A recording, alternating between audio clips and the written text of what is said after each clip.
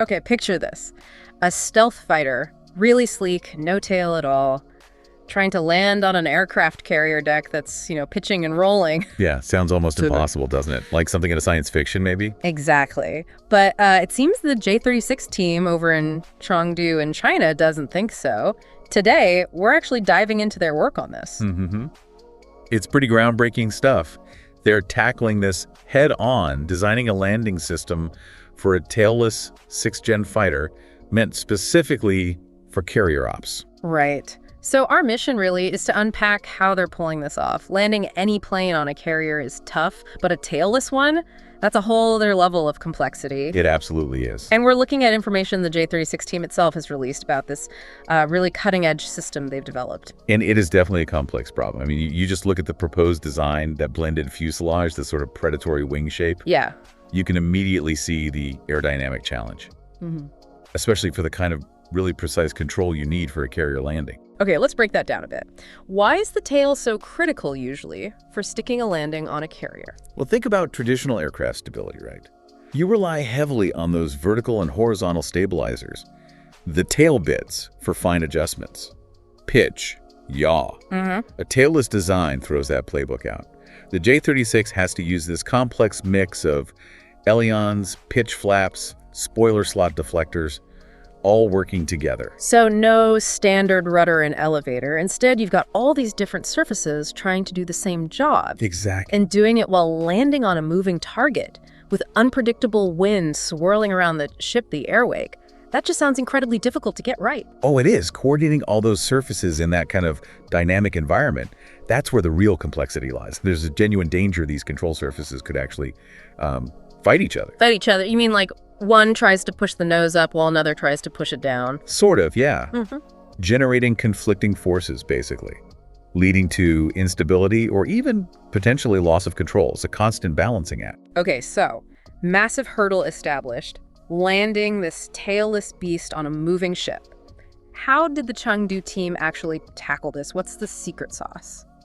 Well, they've developed something they call direct force control. The core idea is interesting. They decouple the adjustments for lift from changes in the aircraft's attitude, its orientation in the air. Right, decoupling lift and attitude. That feels like a pretty fundamental shift. How does that work practically? It involves a lot of real-time sharing of control between the pilot and the aircraft's computers. The computers are constantly figuring out the tiny micro adjustments needed from every control surface to generate the precise force the pilot wants. They use these things called Jacobian matrices. Jacobian matrices. Sounds complicated. Think of it like this. The computer has this incredibly detailed map, right? It knows exactly how even the tiniest twitch of one flap affects the whole plane's movement and force vectors. Okay. Like a super detailed instruction manual for the forces. Pretty much. The Jacobian matrix is that map, allowing it to translate the pilot's intention into these incredibly precise, coordinated surface movements in real time, almost like a sculptor making tiny adjustments. So it's crunching numbers like crazy in the background, constantly tweaking everything. Constantly. And that's vital because it lets the system work even when the real world doesn't perfectly match the aerodynamic models they started with. Because it never does, right? Exactly. Real flight always has surprises. So by constantly recalculating based on live sensor data, it keeps the plane stable even when unexpected gusts or weird air currents hit it. Now, you mentioned something, quantum-inspired disturbance observer. That sounds, well, very sci-fi for a landing system. What's that about? Right, the FTDO. That's aimed squarely at those unpredictable external forces we talked about. Big sea swells they actually mentioned dealing with simulated 6-meter swells. 6 meters, wow. And that chaotic air weight coming off the carrier itself. These things could really knock the aircraft around and cause that unwanted cross-coupling between control surfaces. Cross-coupling? Is that like you try to turn left, but it also makes the plane dip its nose slightly without you wanting it to? That's a good way to think about it, yeah. One control input unintentionally messing with another aspect of flight. Okay. So this FTDO system, which seems to be adapted from advanced robotics, actually uses some pretty sophisticated math. Quantum-inspired algorithms, they say. The key thing is, it's incredibly fast, it detects these disturbances, and the resulting cross-coupling almost instantly fractions of a second. And cancels them out. And figures out how to command the control surfaces to counteract them, yeah. So the pilot's intended commands stay accurate, even when the air is doing crazy things, almost like predictive noise cancellation for aerodynamics. That's incredible. So it's not just brainy software, though. The physical design of the plane must help, too. Oh, absolutely. Hardware and software working hand in glove. Yeah. The J-36 has some key physical innovations. For instance, embedded drag rudders in the wings. Drag rudders. So panels that pop out to create drag on one side for steering, basically, helping yaw control without a tail fin. Exactly that. A clever way to get yaw authority. And then there's three-dimensional thrust vectoring. Meaning the engine exhaust nozzles can move. Yep, they can direct the engine plumes not just forward and back, but up, down, side to side to actively help control pitch, yaw, and even add a bit of lift assist during that critical landing phase. Wow, so the engines are literally helping steer the plane onto the deck? Actively participating, yes. And then you have these things called spoiler slot deflectors. Okay, what do they do? They fine-tune the airflow over the rear flaps.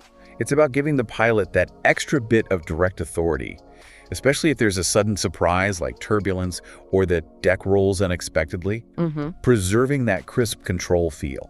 It really sounds like all these bits, the smart software, the clever hardware, have to work together perfectly. That's the idea. The J-36 team apparently described it as a cohesive ballet of forces, which I think captures it quite well. A ballet of forces. I like that.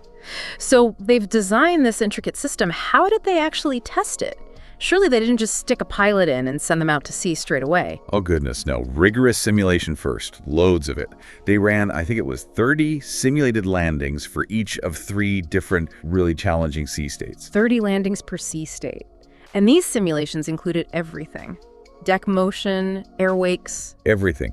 Deck motion, the ship's air wake, even strong crosswinds blowing across the deck. They threw the virtual kitchen sink at it. And how did the system perform in this virtual torture test? Remarkably well, according to the reports. The simulations showed the system keeping the virtual J-36 within just 2 centimeters of the intended touchdown point. 2 centimeters? That's insane precision on a moving carrier deck. It really is.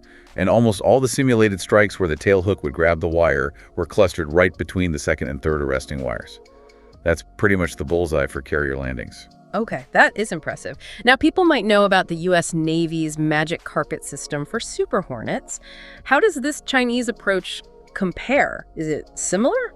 Well, Magic Carpet definitely improved landings by using sort of pre-programmed adjustments for flaps and tail surfaces based on certain conditions, gain scheduling, basically. Right.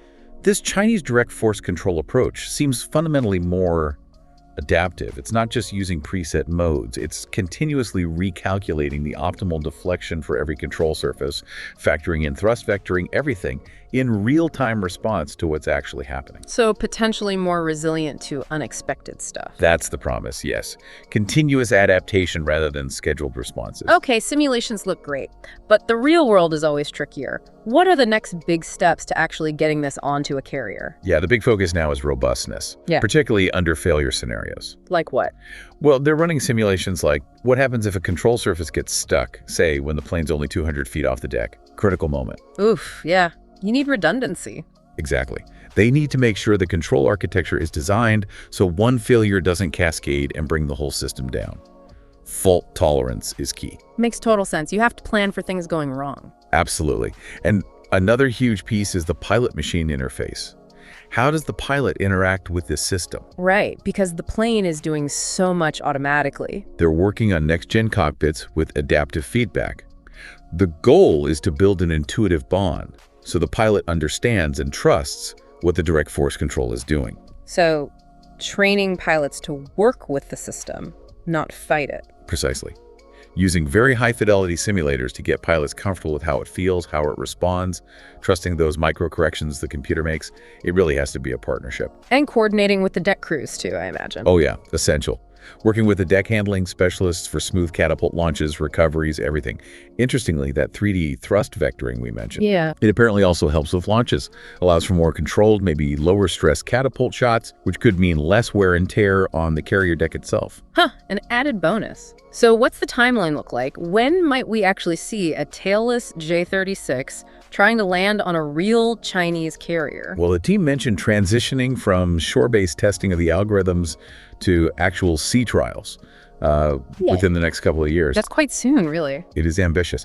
After that, you'd expect incremental upgrades, better sensors, Maybe tougher control surfaces, tighter integration with the carrier's command systems. And a potential debut. They're suggesting the J-36 naval prototype might show up in joint exercises, perhaps by the mid-2020s, so maybe 2025, 2026. Still seems fast, but that's the projection. Wow. And this tech isn't just for the manned fighter, is it? What about drones? Big implications there, yes. This whole direct force control, the disturbance observer, it's potentially perfect for unmanned aerial vehicles, UAVs. So you could have tailless drone wingmen operating off carriers too? That seems to be the idea. Using the same core Jacobian-based control logic to handle that tricky carrier environment autonomously. Imagine coordinated swarms of stealthy drones and manned fighters. Operating together from the same carrier deck. That really could change things. Potentially transformative, yeah. Manned and unmanned platforms using the same advanced control system working as a cohesive unit. Extends reach, adds tactical flexibility, maybe without completely overwhelming deck operations. And you can bet other navies are watching this very closely. No doubt. If China successfully fields this, especially with the tailless design, it could absolutely spur a resurgence in flying wing research globally. Maybe dust off some old concepts that were shelved because the control problems seemed too hard back then. So wrapping this up, it feels like this J-36 landing system is genuinely a big deal. I think so, yeah. It's a significant step in naval aviation. They have tackled the core challenges of tailless carrier flight using this blend of advanced math, these quantum-inspired algorithms, clever hardware. It's not just a small improvement. It could really reshape naval air power as we know it. It could. It definitely opens the door to new kinds of aircraft, manned and unmanned, new ways of operating off carriers, a potential new era for stealth at sea. Absolutely. So something for you, the listener, to think about. What are the full implications of truly autonomous, tailless stealth jets operating seamlessly off carriers? How does that change the chessboard of naval warfare? And thinking even broader, what other impossible aviation ideas from the past might this kind of control technology suddenly bring back into the realm of possibility? Definitely some interesting food for thought there.